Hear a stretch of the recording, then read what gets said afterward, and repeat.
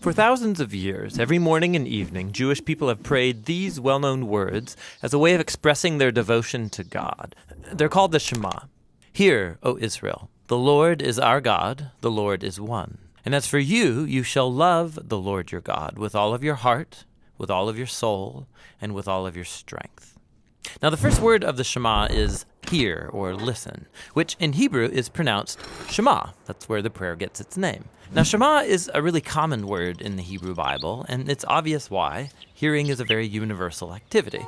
It's usually connected with the ear, as in Proverbs chapter 20, ears that shema and eyes that see, the Lord has made them both. Now that seems basic enough, but if you look at the other ways that Hebrew authors can use the word shema, they use it to mean more than just let sound waves enter your ear. In Hebrew, shema can also mean pay attention to or focus on. So when Leah, who wasn't loved by her husband Jacob, she has a son, and she names him Simon, or in Hebrew, Shim'on, because, she says, the Lord has sham'ad, that I am unloved. So shema means to hear and to pay attention to, and even more. It can also mean responding to what you hear. This is why so many of the cries for help in the book of Psalms begin with a call that God listen.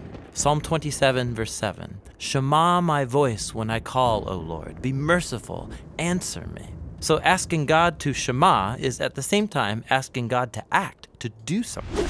It's similar to when God asks people to listen. Like when the people of Israel come to Mount Sinai, God says, if you shema me fully and keep my covenant, then out of all the nations you will be my treasured possession. Now, there's a couple interesting things about this verse in Exodus. In Hebrew, the word shema is repeated twice in this sentence to give it emphasis. If you shema, meaning listen closely. But also notice that from God's point of view, listening is basically the same as keeping the covenant. So when God asks the people to shema, what he means is that they listen and obey. And that's the last fascinating thing about shema. In ancient Hebrew, there is no separate word for obey, meaning to carry out the wishes of someone who knows better than you or is in authority over you. So in the Bible, if you want to say, I will listen and do what you say, you use the single word, shema. In Hebrew, listening and doing are two sides of the same coin. This is why later in Israel's history, when the people were breaking their covenant promises to God, the Hebrew prophets would say things like, they have ears, but they're not listening. The Israelites, of course, could hear just fine, but they weren't actually listening, or else they would act differently.